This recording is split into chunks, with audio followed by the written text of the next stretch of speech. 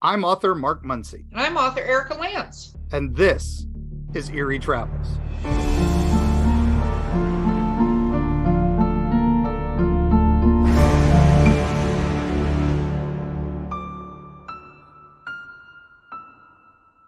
Greetings, travelers. Greetings, travelers.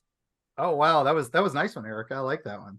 Well, I'm being very pleasant because of what this episode contains. Oh, really? Really? Well, Yes. we're in the middle of spooky season. Spooky season. Spooky season. It's really the beginning of spooky season because I think we're going to try to stretch this bad boy out through November, aren't we? Oh, well, always. I mean, it's always spooky season in our world. So but I like that we're focusing on it for this one. So Yes. No, I'm super excited about this episode. oh So man, I'm giddy. So I gotta let you do this. Otherwise, I'll just fanboy babble over this whole next hour. So yeah, I know that. It's keeping the Muncy under control. Okay. So without any ado whatsoever, our amazing guest today, I used that properly, by the way. I looked it up. Our amazing guest today is from Hillbilly Horror Stories, Jerry Paulley. yeah, and Uh-oh. much more. Are you letting me do this or not, Mr. I'm Muncy? sorry, Erika. I'm sorry. Okay. Jerry, welcome to the podcast. Well, I appreciate the two of you having me on. Thank you so much. Thank you so much for being here. So I want to start because Mark is a huge fan, and I know if people could see his face, which we're not going to post for many obvious reasons in a moment here, they would see how excited he is to have you on here. But for those that may not be nearly as familiar as Mark is, since he apparently stalks you, what is Hillbilly Horror Story? Where do you come from, so to speak? Your origin story. I love it. Well, we've been a podcast, and I say we because it's myself and my wife. So we're kind of a team, just like Mark and his wife are when it comes to artwork and books and stuff like that. So we started this a little over 7 years ago. I started with a different partner for 8 or 9 episodes. Tracy had to fill in. And once she filled in, that's kind of the direction we decided to go, including the other partner. He thought it was best that we move on in this direction. But we are mostly paranormal. We do cover some eerie true crime if it's got like satanic cults or something like that involved. And we cover the unknown stuff like Dyatlov Pass that people just, if it's kind of eerie in itself, we try to cover that kind of stuff. But like I said, mostly paranormal. And, we have been very blessed. We've been on some major shows in the past, and it's helped us grow exponentially. And now we're, I guess, probably one of the top paranormal podcasts in the world and have over 23 million downloads. Wow. Something to aspire to here on Eerie Travels. Right? Yes. They were nice enough to have me on for an episode, so I don't know if that tanked your ratings or not, but but it was a lot of fun.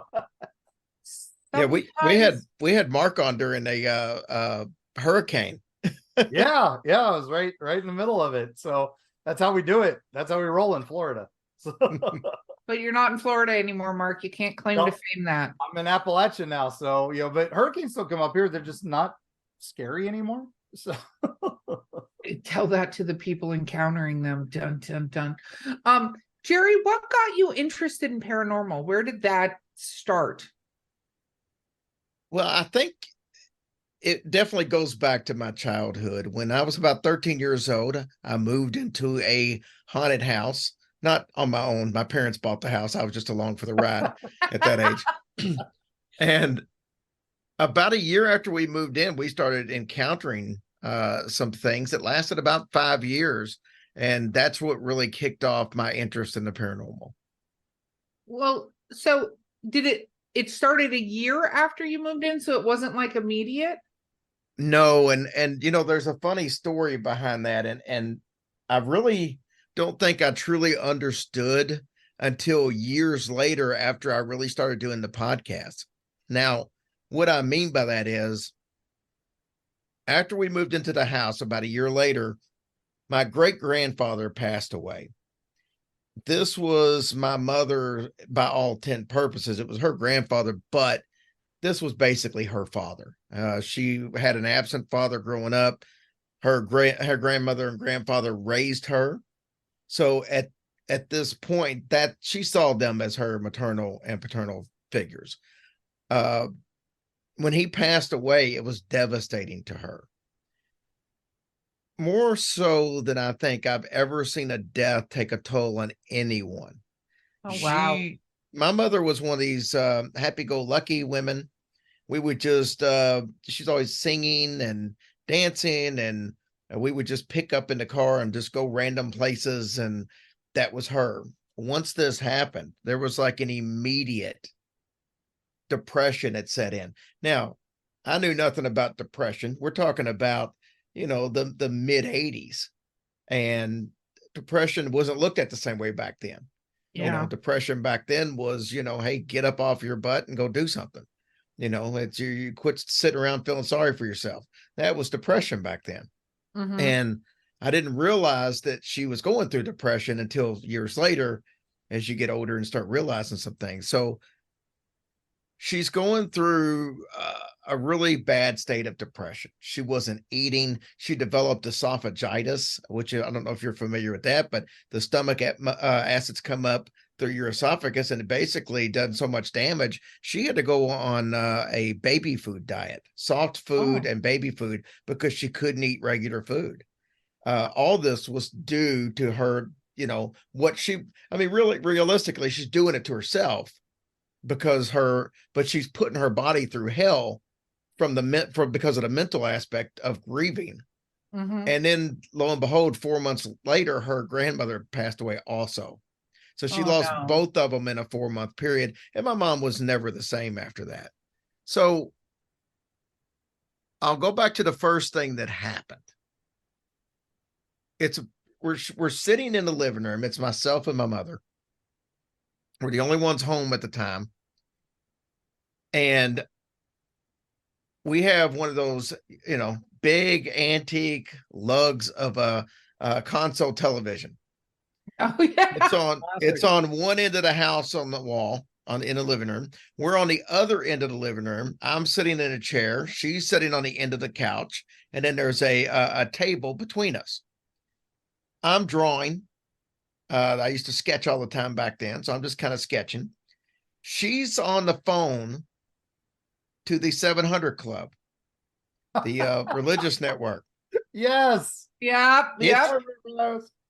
That's on the television, and they got a prayer line up on the television, and she's called this line, and she's talking to somebody. Now, I'm going to try to paint a picture for you. The television is probably 8 feet from us. It's a pretty decent sized living room, but it's about 8 feet from us. On top of this television is a small chair. Now, I say chair because it was a pin cushion, actually, that a lot of people back in that day and before, if they were sewers, they would have one of these. So it was a red chair. It was padded, and it was all laced up, and the little seat would lift up, and that's where you would keep your thread and stuff like that. And then you would just stick the needles wherever. Well, she used this as a decoration. I mean, it would sit in the palm of your hand. It's not very big. We had been recently doing some work on the house. So we had our house numbers, which was an 8, a 0, and a 2, metal, not plastic. We had pulled them off because we were doing some painting or something out there, and we'd yet to put it back on. So they were sitting on top of the chair, had a little weight to them. We also had a full bottle of Elmer's glue. This is how well I remember this 30 some years later. Yeah. It's sitting on top. So when I'm telling you this to let you know, this little chair is weighted down. Okay. Mm-hmm. As my mother's on the phone with this 700 Club, this chair pops up into the air about 2 feet, and it lands 4 or 5 feet away in the middle of the floor. This did not fall over. No. It didn't just fall off. It landed in the middle. It had to get some distance in the air to do this. I remember my mom and I just turned and looked at each other with that, did you just see that? Look. Yeah. It was obvious we both did. So she tells the prayer line I need to go. And she hangs up the phone. And we get up and we pick the stuff up. We talked about it briefly about what could have happened, but neither one of us had any answers. So we were just freaked out and let it go. And that night, this was probably, by the way, 7, 8 o'clock. Okay. That night, I had already gone to bed. It's about 11 o'clock. It's a school night. She comes into my room and she wakes me up. She says, "Hey, I'm hearing some weird stuff up in the attic. Can you come in the living room with me?" Now, you have to know, first of all, my mom is not typically scared. She grew up in Fairdale, Kentucky. It was kind of country back then. Her grandfather and grandmother, as I told you, her grandmother was half Cherokee. Her great grandmother was full-blooded Cherokee. Her grandfather used to live in Mammoth Cave, Kentucky, and used to talk about witches and stuff all the time. And when my mom had her appendix burst when she was 7, she swears that she had a near-death experience. And when she was a little bit older, swears that she saw a spirit coming down the steps at one of her relatives' house. So this was not something, she was not freaked out by the supernatural. She welcomed it. Strong woman. I go in the living room. I hear absolutely nothing. And I'm thinking, she's just freaked out from earlier. And I keep in mind, I'm like 14 at the time, but I'm thinking she's just freaked out from earlier. So she's letting it get to her. I go back to bed after about 15 minutes of not hearing anything. The next night, she comes in the room again, about the same time. "Hey, I'm hearing these things again." Well, this time I had barely made it into the living room when I heard what she heard. Our attic was not an attic that you could typically use. There were the joists up there, but there was no plywood or anything to be walking around. So every 6 feet, or I guess it was every 3 feet or so, you had a beam. But you could, if you stopped in the middle of one of those beams, you was just going straight through the floor because there was nothing to keep that from happening. So we would use it to store like a Christmas tree box, for example. Yeah. It wouldn't go anywhere, but there was nothing of really any substance up there other than like Christmas decorations and stuff. The sound that we heard sounded a lot like wood on wood, as if you had a wooden floor and you were scooting a heavy dresser. That fingers on a chalkboard kind of sound. Oh, I don't like that at all. Oh, I just heard it in my brain. Oh, I don't like that. No. Okay. I would have already noped out of this house. I would have already burned it down and left. That would have been Mark knows. I would have been like, and I'm gone. I'm leaving. Here we go. Well, there was nothing up there that could have made that noise. That was the whole thing. Yeah. And we just basically just was like, we were dumbfounded. I don't know what that is. And it went on for a while and it eventually stopped. Now, I'm telling you this to get to another point, which was a long way because you probably done forgot this point by now. This is the reason why I think now that it started a year later. I think that my mother was actually causing all of this through like poltergeist activity because of all the stress that she was under. Yeah. And I think that's why it took a year, because that's when all the problems in her life, traumatic things started to happen. I don't know why it stopped 5 years later, but that's what it did. Was she better 5 years later? I mean, you said that she never fully recovered, but did she get to a better place 5 years later? She was, but not at a great place. My mom had medical problem after medical problem after medical problem. She ended up dying, unfortunately, at the age of 54. And it was just, I literally think everything that she encountered medically was all brought on from this time. Now, could it have been negative energies spurring it along?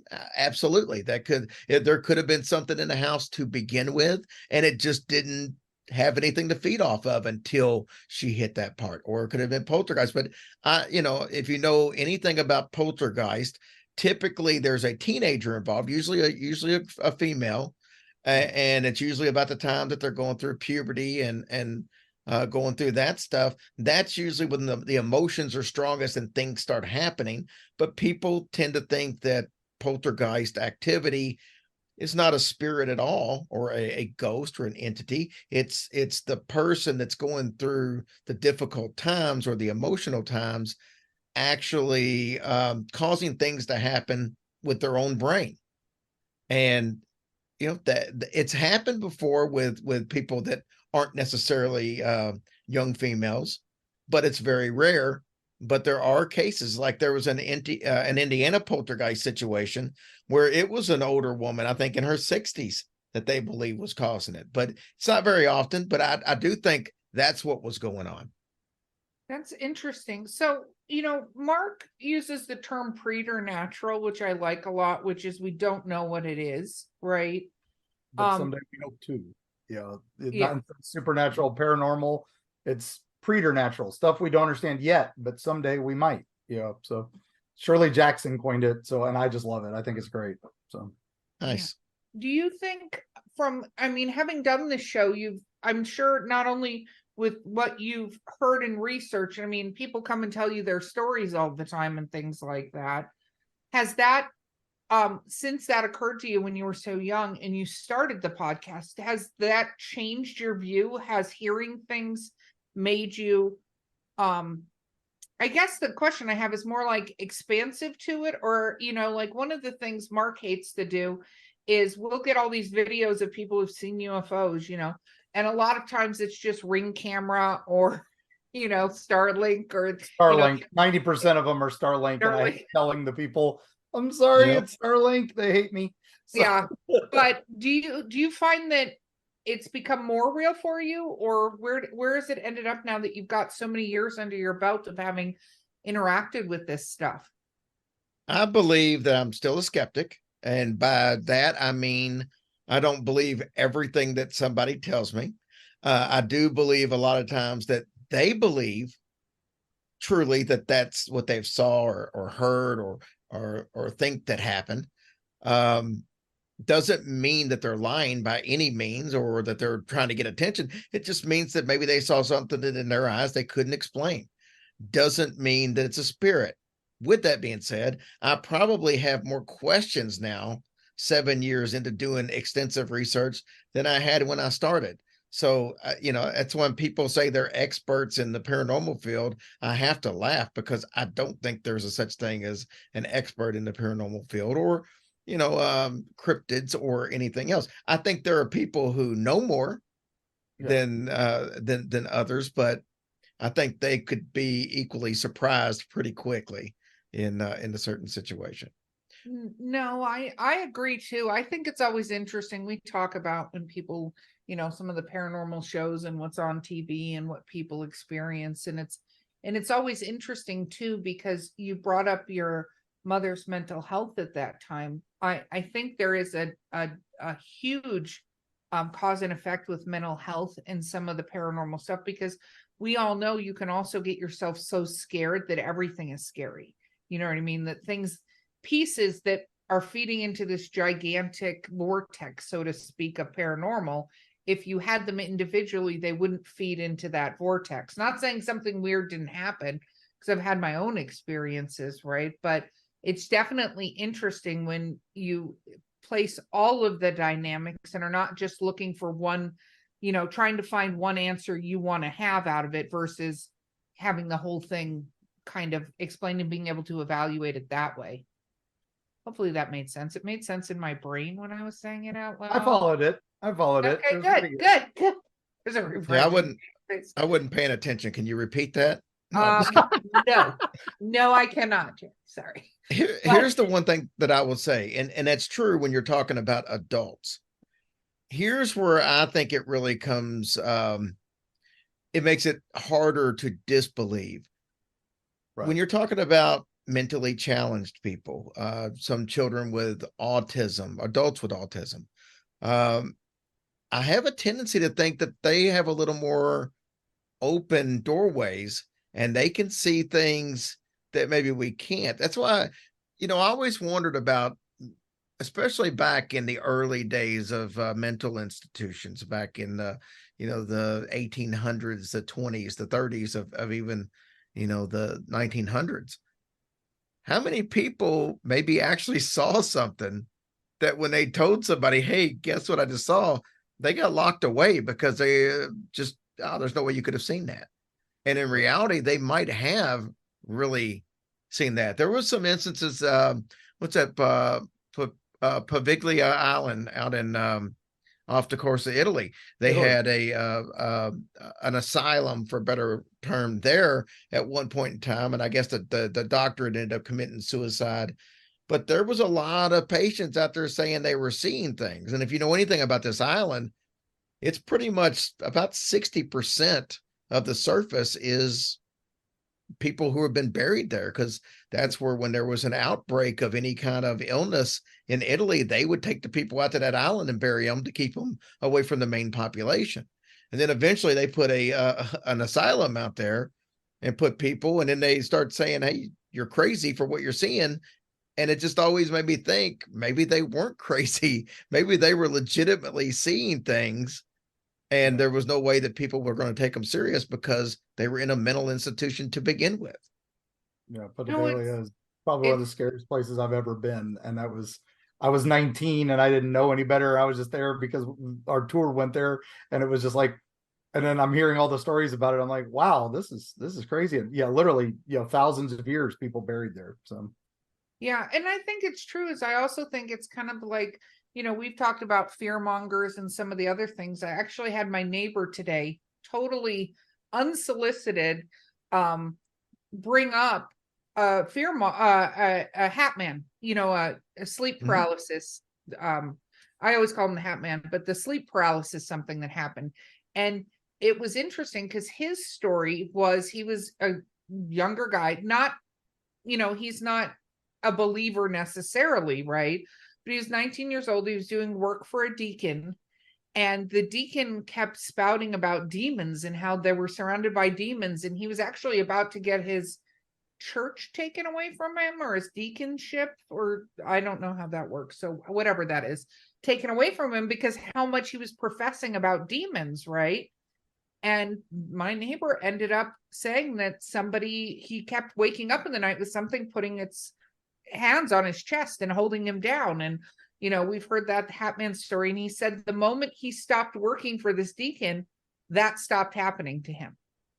So you also go, are things attached to people in certain directions? I agree with you 100%, because I talk about invisible friends versus imaginary friends with children, because children tend to see things and then are told that they're not seeing them. And you get, what is that, gaslit enough, you start going, okay, maybe I'm not seeing, maybe that's not a real thing, right?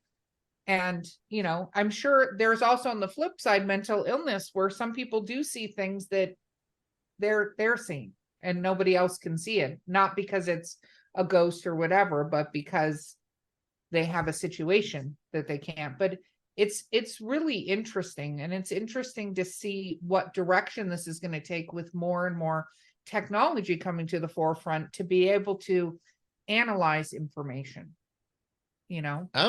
I'm a big believer that children with imaginary friends don't have imaginary friends. I'm a big believer that in most of those cases, there's probably somebody they've seen, because they haven't been taught yet that those things don't exist. It's only as they get a little bit older that their parents or their guardians or their school teachers or whoever it is tell them there's no such thing as ghosts. There's no this or that. I saw a study.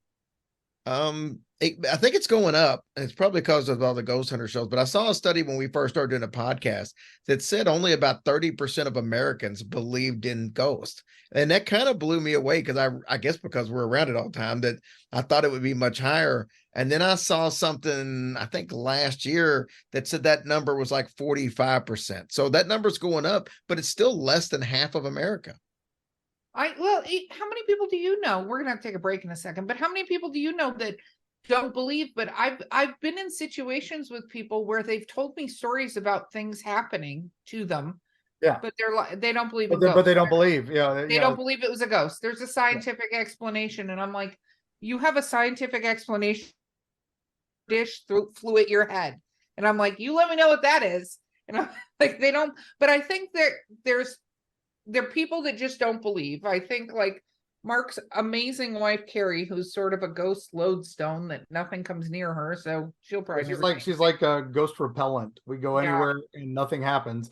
And we go to the most haunted buildings in the world, nothing happens. She steps outside for 5 minutes, all hell breaks loose, and everybody's like, what was this? I was like, yep. Yeah. But you also, I think, have the people that have been told that can't be the case, or they're so afraid to admit, because if they admit there's something else there doing this, then they're not in control of the situation anymore, right? If it's science and it was a backdraft in the oven thing, and then that's why the butter dish flew, it makes it way easier to go. And yeah, and geophysics and stuff. It's it's tremors in the earth. That's what's earthquake, and nobody else had it, but that makes sense so that it's not a ghost. My father will tell you he saw the ghost of his grandmother in her room, and then in the same breath he'll tell you he don't believe in ghosts. So sure. I don't know what to do about that one.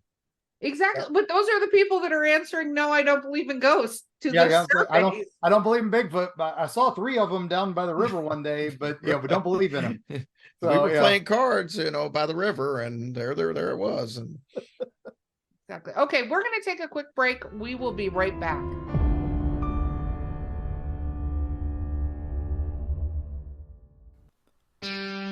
Eerie, Appalachia. Gear up for a frightful jaunt into the darkest reaches of the ancient Appalachians. Folks deep within the Appalachian hollers lean close to the campfire to share stories of the inexplicable with hushed awe. Monsters rumbling in the hills, strange lights darting through the pitch black night sky, horrible occurrences almost ineffable in their bizarre tragedy. Tall tales, you might say. Tell that to the Flatwoods monster in Braxton County, West Virginia, or the Goat Man of Louisville. Look into his humanoid eyes and let him know you don't believe. And what of those apparitions in Mammoth Cave's Corpse Rock, or the Satan spawn known as the Jersey Devil? How do you respond when confronted by these mysteries? From the metaphysical energy that swirls near Serpent Mound in Ohio to Point Pleasant's Mothman legacy, Mark Muncy and Carrie Schultz explore the dark history lurking in the shadows of Appalachia. Read by Mark Muncy, author and experts on strange folklore with appearances on shows such as Ancient Aliens, The Curse of Robert the Doll, and many, many more.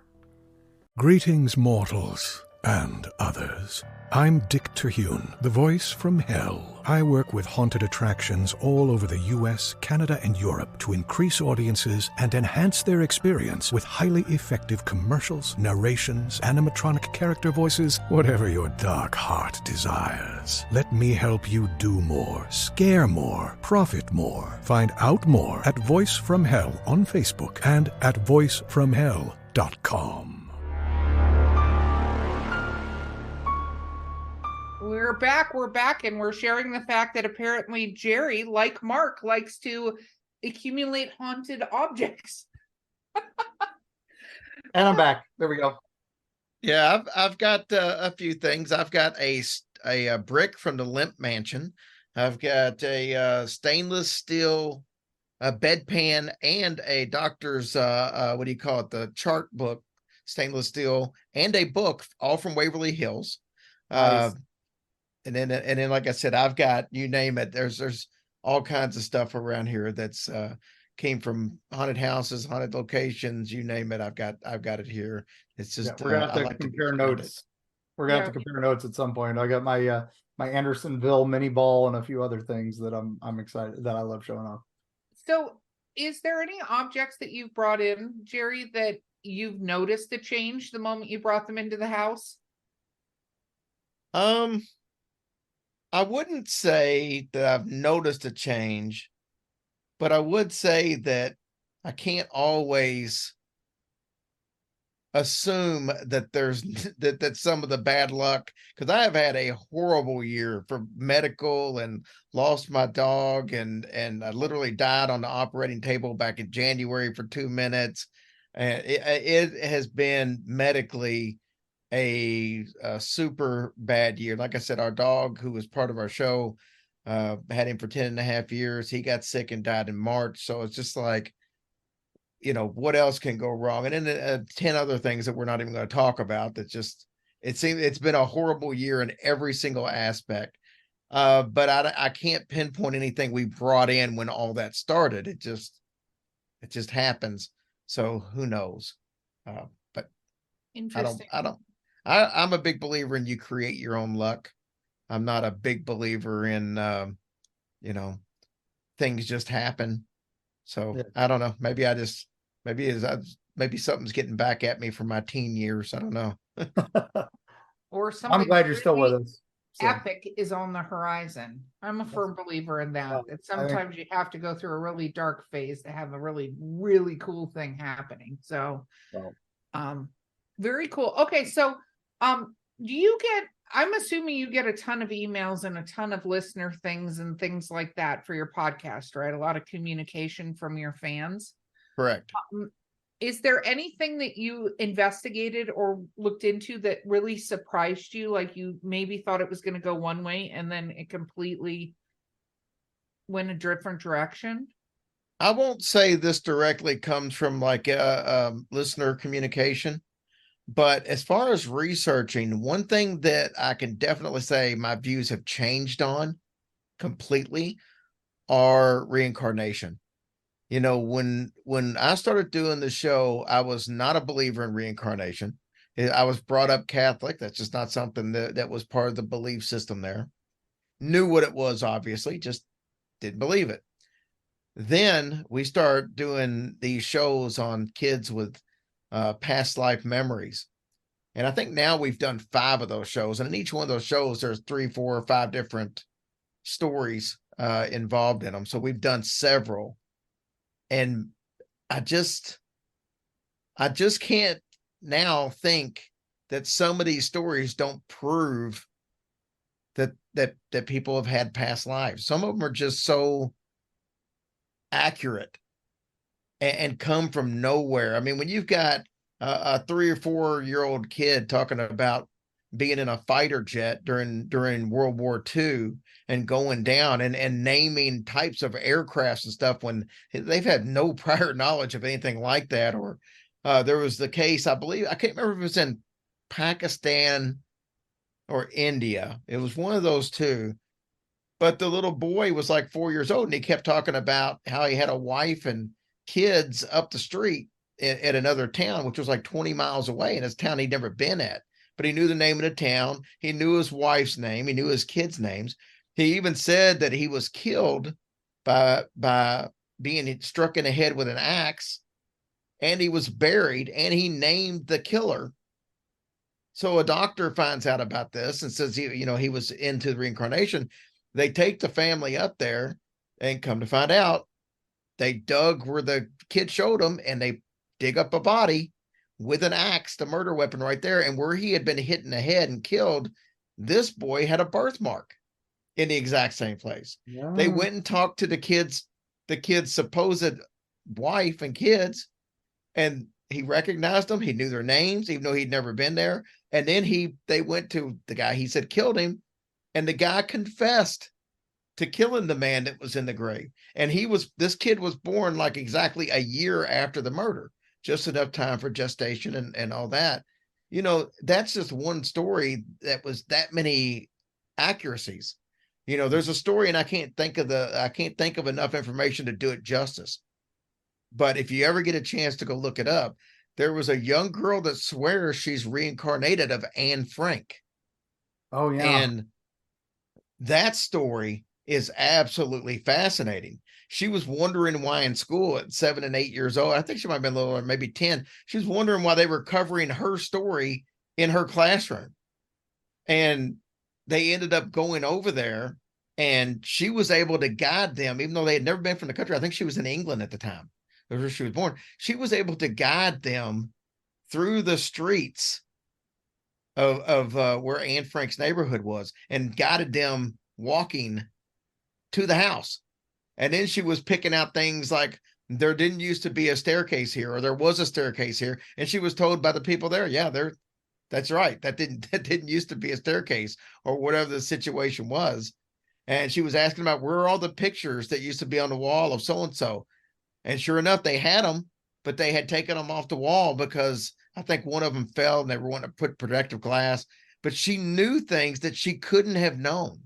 This was like in the early 90s, pre-internet and stuff. But I mean, there's just so many fascinating stories like that. There's no way I could not believe in reincarnation now. Like that I one agree lady. with you 100%. I've very firmly believed in that, like the deja vu feeling. And I think that whatever reset happens when you die, I'm not even going to get into what the hell that is, that gets you ready for the next time around. I think people get missed in that process sometimes, whatever the memory, whatever we want to call it, right? Doesn't happen, because you also have these kids that are born and 3 years old and can play the piano like they're Mozart or something like that, right? And that's not them being taught that. That's them bringing that ability from wherever the hell they brought that ability, because, and it's the same is true with math. And I think it's interesting because for me, I think it's almost degrees of one, remembering completely who you are, like the Anne Frank girl and that other young boy in India. And then there are pieces, slivers that get through where they're able to do things from before. They're, like a 5-year-old math genius. I'm not saying you can't be really smart, but to be able to do something, some of these things, there is no way you didn't bring that with you from before. Yep. The same kids are, eating Play-Doh in class. Like, it's very different. It's very weird. All right, Jerry. I was gonna say, we did one of those stories about a golfer who he was like, this kid was like a fantastic golfer, like 7 or 8, and he kept saying he was so-and-so. And then when they looked it up, that was a golfer who had died like 40 years before. But this kid had the same type of stroke when people were analyzing it. It looked the same type of swing and all that. That stuff, like you said, that stuff doesn't just magically happen. Yeah, it's like the prodigies. Yeah, that one lady in London who thought she was an Egyptian princess, and she knew exactly where she was buried and knew where the tomb was, and she wound up working for the Museum of London as an Egyptologist, and she was able to translate things that they were never able to translate before, and she found her tomb, the tomb of the princess she claimed to be. And I love that. That's putting it to good use. All right, so Jerry, it's spooky season. What scares you the most out of all of this? Oh, is this going to sound very cliche? But I don't get scared by much. We've been lucky enough to spend the night in a Sally house, which while we were there that night, well, there was a group of investigators out of Nebraska. Chris Case runs them. He's got stuff on Amazon and stuff. He's a big time guy. And they were supposed to spend the night the next night, and some stuff they saw while we were there freaked them out enough where they refused to spend the night the next night. But much like your wife, team stops. much like your wife, I'm the one that walks in and nothing happens. So I've had a couple of times where I experienced stuff, but it's never when I want to see it. I've seen some stuff at Waverly, I've seen some stuff at Bobby Mackey's, but it's nothing that would be have everybody on the edge of their seat. Trust me. And so when I walk in these places, I'm not scared. I went to bed at 11 o'clock at the Sally house where everybody else was staying up doing investigations. I'm like, yeah, it's 11. I'm going to bed. Or, when we go on investigations, I think paranormal investigating is boring. Yeah. It's not that it's got its fun moments, but you give me 2 hours of it, show me a couple of flashlights go off and on, a couple of REM pods, a couple of EMF detectors go off. I seen it. There you go. That's cool. That was pretty cool. I'm ready for bed. I don't need to see flashlights go off until 4 o'clock in the morning or any of that. You give me a couple of hours and I'm done with paranormal investigating. I definitely will give hats off to anybody that can spend 4 to 6 hours with this little that actually goes on in between the events that do happen, and then have to go through and look at all that tape and listen to all that recordings for EMFs. Yeah, that's not me. Yeah, I agree. I think, TV makes it look like you walk in, you have all these spooky experiences, you run down the hall, and you don't realize that could be 3 or 4 days worth of shooting in a place that does it. What do you, there's is there anything that you like to go do, that you like to go see, that you find fascinating when you're out there doing those kind of things? You know what? For me, it's the history part of it. If I go to the Velisca axe murder house, I don't care if anything happens. It's just cool to be able to say I'm in this house where I've talked about this story, and I've read so many details that went on, and that's what it's about for me. It's just about being there. The experiences, that's bonus stuff. But to me, it's for some people, it's just like traveling. I mean, if you get a chance to go to the pyramids, it's you're there just because not everybody gets to go, and everybody knows about it. So if you're one of the lucky ones that get to go, that's just cool as hell. We got to go to the Mayan ruins back earlier this year, and to me, that was one of the coolest things I've ever done. And it had nothing to do with ghosts or spirits or any of that. So yeah, for me, if you give me a cool historic place, that's what I like. It's just knowing I was there with everything else that took place, to know I'm at the same spot. Yeah. Footprints in the sand, right? Yeah. I know Mark loves that. I love the people. I love meeting people in areas and hearing their stories, and not like necessarily ghost stories or whatever, but you hear some weird crap if you sit down at a bar with people in a small town, like, the place they hang out, not the tourist trap that they, have down the street. I think that humans can be some very fascinating to be a part of. It's funny you mention that, because people keep asking me if I'm going to write a second book. Yeah. And my first book was more about me, so that's an easy one. I've never considered writing anything else. But I have said that if I do write another book, I'm going to go to all of the counties in my state. There's about 130 of them, I think. There's a lot of them. But I'm going to go to every county, and I'm just going to go to gas stations and bars and whatever, and ask people if they have a story. And that's what the book's going to be. It's going to be a random story from every county, but it's not going to be from the local. It's going to be, like you said, just average people in gas stations or whatever, because everybody has a story. Everybody has a story. Yeah, that's when we did the first book. It was truck drivers and fishermen, and now it's everything. You never know who's going to tell you what. So. Well, and I think it almost brings the not spirit like ghost spirit, but the spirit of a place to life when you get to talk to somebody that's part of their upbringing or belonging. Like you talked about the axe house, like people who live in that town and have had that as part of their culture, so to speak, because we think of it as a place to visit, and then you just have these people that have experienced that or are living that. It's their 9 to 5. Yeah, because they work there. Yeah. Exactly. It was interesting because I was talking to a few people at the castles that we went to and stuff like that about their experiences. By the way, castle employees do not want to tell you that it's haunted and their hunting experiences. They were like, it's a great tourist location. Have some ice cream, right? Like, no. They don't want to go, don't go in this room. They might drop a chair on you. So, but it's very interesting, I think, to hear that. So what is on the horizon for your podcasts and stuff like that? What are you excited to have coming up? We do a bunch of live events every year. And by the time this one comes out, we will be getting ready to do our last live event, which is going to be with Tony Merkel from the Confessionals podcast. We're going to be in Gatlinburg, Tennessee, and we've already had to change the venue for the third time because we keep selling out. So now I think we're good to go, but that's September 30th. That's also Tracy and I's wedding anniversary.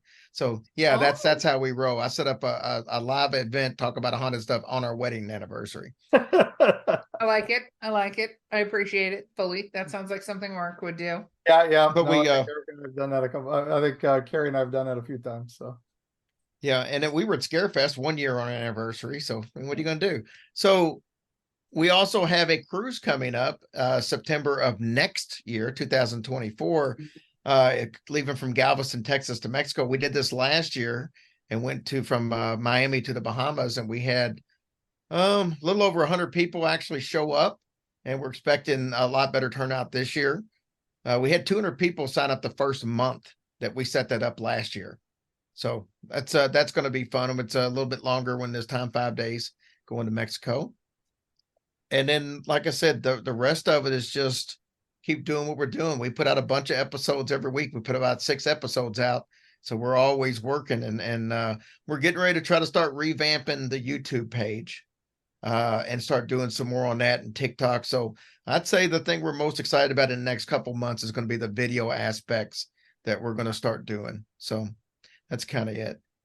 That's exciting though. I mean, growing and doing that. I mean, first of all, it's incredibly impressive what you've accomplished. Like, I think that is I totally. saw my first week moving up here there was an article in you about the in the paper on you, talking about building this media empire over in Tennessee. So, oh, cool. I must have missed that. You'll have to send it to me or I'll tell me send how to it get you. it. It's very happy because a local couple makes podcast empire. I'm like, I don't know if it's an empire, but they're pretty awesome. So. He sent it Well, to that's me. really cool. If he forgets, I'll get it to you because, of course, he stalks you. That's just the truth. Just so you're aware, that's how that works. Okay, so what besides obviously the haunted house you moved into, what is the absolute scariest place you visited? Scariest place. That's a good one because, like I said, I don't get scared. Yeah. I would I'm have not to saying say you got scared, but even just the atmosphere. How about the history of it? Yeah. Yeah. I mean, I would be lying if I didn't say Waverly was near the top. I mean, Waverly is just one of those experiences that I think anybody who likes the paranormal should have to be able to come check out. It's a no-brainer. And I think just the fact of how many people who have passed away there, the experimental stuff that was going on during the early days of tuberculosis. I think I would have to, if I've got to list one, I'm going to say Waverly. It's pretty impressive. And the fact that it's just that it's a Kirkbride asylum. So they all look so impressive when you go to them. Even in states of ruin like that one, they're still impressive as hell. So if I had to put a second up, yeah, I'm probably going to put second and third, Pennhurst, another Kirkbride, and Eastern State. I got to see both of those the same weekend. Now, the Eastern State I saw during their Halloween time, Terror in the Walls, or Terror Between the Walls, whatever they call it. So I didn't get to see the historic tour without all the dramatization, but that place is so eerie looking from outside. Man, it's just, and Pennhurst, we got to go through Pennhurst with basically by ourselves. It was myself, Tracy, Dina Marie from Twisted Philly, who knew somebody there, and he basically said, just go check it out. And she was leading us around with her fiance, Jeremy. And so it was the 4 of us going through all these places. And she is a Philadelphia history nut. She knows everything. So we couldn't have asked for a better tour guide to be going through Pennhurst. She'd been through it so many times, done shows on it. She knew everything about it. That place was pretty eerie. So there's my top 3 for you. There you go. I can't argue any of those. Those are definitely some of the scariest places I've ever been. So what about the scariest story somebody ever told you, like wrote in or something like that? Something terrifying. Well, we've had so many stories come in. It's hard to pin it down. Okay, just a good one. Well, but I'll tell you one that I really like. There we go. I'll tell you one that sent chills down my spine. Ooh, this is good. I already got goosebumps. Okay, let's go. Cocoa ready, Erika. Get your cocoa ready. Yeah. Richard Surratt from Strange Planet told me this. And I'd actually heard the story before on another podcast that he had done about rock and roll that was no longer out. He actually yanked all the episodes. Now, that series he was supposed to be doing with a gentleman by the name of R. Gary Patterson. R. Gary is one of my favorite people ever, probably number 1 out of authors and paranormal guests. He's my favorite guest I've ever heard on any show. he was in his 60s, and he was a music teacher down in Tennessee, and he would cover like rock and roll and the occult. He did books on the Beatles, and I was a big Beatle fan, so that worked out good. Well, Gary and Richard were going to be doing this show together, and unfortunately, Gary passed away before they could get it going. They were in the talks, and everything was set up, and it was really unexpected. He wasn't having really any health problems. It was just a heart attack. Richard tells this story about, it was Memorial Day weekend, and he gets a call from Gary out of the blue. It's like 3:00 in the afternoon, and Gary's complimenting him. Hey, you know what? You're just a really good guy, man. And I like everything about you. And I think you got good things heading. And he said it was really just a strange conversation. They talk all the time, but it was never that kind of a conversation. Like, where's all this coming from? And, you know, he was telling Gary the same thing. Hey, you're a good dude and all this stuff. And this is like 3:00, I think, on a Friday of Memorial Day weekend. And he says that Gary just starts bringing up all these odd things about life in general. So then he asked Gary, you know, to kind of change the subject. Hey, I know it's Memorial Day weekend. Now keep in mind, Richard lives in Canada, so they don't celebrate it there. And he says, I know it's Memorial Day weekend. Are you planning on having a cookout?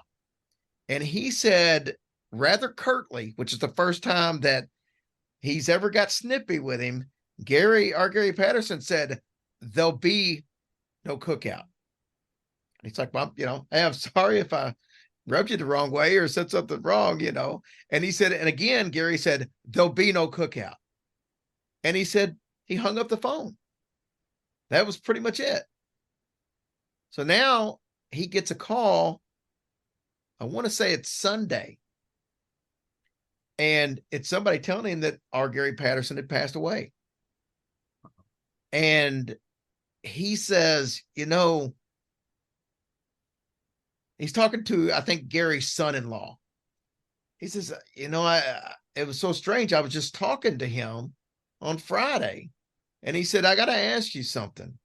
He said, because it took me by surprise and how curt he was with this. But he had made the comment when I asked if they were going to have a cookout, he just abruptly was like, there'll be no cookout. And his son-in-law said, well, that's strange because we had just bought a new grill. Matter of fact, on Friday, we spent half the day putting the thing together. So there was every intention on having a cookout. But Richard goes back and checks, and there's no phone call registering on his phone for that time where he had talked to him. And his wife heard him on the phone with Gary because they talked about it afterwards. No record of it. And he checked with the son-in-law, and his son-in-law checked Gary's phone, our Gary Patterson's phone, and there was no record of a phone call on that end. Oh. Now, I'm telling you, that's a creepy story, but until you hear Richard tell it, and I had Richard tell that story because I got to interview him. We actually did a bunch of stuff back and forth, and it become pretty close over since then. And I heard him. I had him tell me that story when he was on, and the way he tells it, it will send chills up your spine. And I don't get that very often. Oh, yeah. Oh, I literally had goosebumps on every piece of skin. Like every piece of skin has goosebumps right now. That is, wow, that is amazing. And, you know, it's so interesting that some stories like that, you know, it's not scary. It's not something jumping out or trying to whatever. It's like, what? And especially when the wife or somebody else, you know, hears that. Like, you're not by yourself talking. It's, so many things going through my brain right now. Oh, okay. Well, Jerry, it was so amazing to meet you. I feel very lucky and honored that I got this opportunity to converse with you and keep Mark at bay, which is, you know, like it's a win-win for me and on all these situations. Hey, before I get off here, I do want to give a plug. I do have a second podcast. It's in the infancy stage. So okay. We've only got I think 8 episodes out right now. It's a bi-weekly, but it's called Wickedly Weird with Jerry and Amanda. And what it is she's from the Boston area. She's actually up in the Triangle in Taunton, and that area up there has got all kinds of stories. But she's got the Boston accent, and you can imagine how that goes with my accent. She's a very, very funny young lady. And we had a podcast before, but it was a little more adult friendly. Now this is I'd say a PG show because there's a little bit of cursing, but we talk about stories from every genre, and it's just every story we tell. She doesn't know the story, so she reacts to what I'm telling her. It's about a 20-30 minute podcast, so it's quick and easy, and every story has some type of a strange plot twist to it. We've covered stuff like the Kentucky meat shower that happened in the 1800s. Yeah. Crazy story there. We've covered a 1979 time slip story. We've covered there was a gentleman that was actually convicted of a murder because of some bugs that they found in the air filter of his car. But all these stories are just absolutely crazy that you're going to find yourself at the end saying, I can't believe that happened. So that's what we do on there. And we did the Berkeley UFO story, the abduction story. Oh, nice. Oh, wow. Very cool. We still scratched the surface on UFOs here. So it's been because we went straight from Mothman into spooky. So it was we skirted the Men in Black a little bit, but okay, Mark is being a little inaccurate because we got called out for having demons on our back for debunking a little bit of Men in Black on one show, and so I think we're just avoiding having people tell us we have demons on our back for a little bit. Understandable. You gotta love the fans. I'm going to call it a fan that said that. Well, Jerry, so where can they find your shows? Are on basically all the podcast platforms, right? Yeah, anywhere you listen to podcasts, we're on Spotify, Apple, Google, any place you find us, we're there. And if they want to see your live shows, should they just go to your website? Or... Go to our website. Like I said, we got one more left this year, and then we'll be at CryptidCon the Saturday before Thanksgiving in Lexington, Kentucky, and that wraps it up for us this year. But you can get info on the cruise and the last show we got, which is September 30th. So actually, never mind, because by the time this comes out, that's already over. That cruise. If you've never done a con cruise, those are amazing because you get to go do con events and then you go on a beach. Very cool. I don't know if Mark just froze. I think he just froze on us. That can happen. Yay. It does happen. It happens because he jinxed himself with the weather thing earlier. So with that said, Jerry, thank you so much for being here with us. It was an absolute blast to be on both of you. It's good to finally meet you, Erika. I've had the privilege of meeting Mark and his lovely wife, Carrie. Got some artwork of hers right in front of me, just out of the camera's view. Yay. Oh, that is awesome. And yes, Carrie and Erika are separate people. We have to keep reminding people of that. But Mark, you froze, but I'm going to let you take us away, my friend. All right. Well, I'm going to say, everybody, please like, share, and subscribe, and join all of Jerry and his lovely wife. Their adventures are amazing. So go like and share for their stuff too. And for the rest of you, keep watching the skies. Keep make sure you check that closet before you go to bed, and we'll see you on the other side.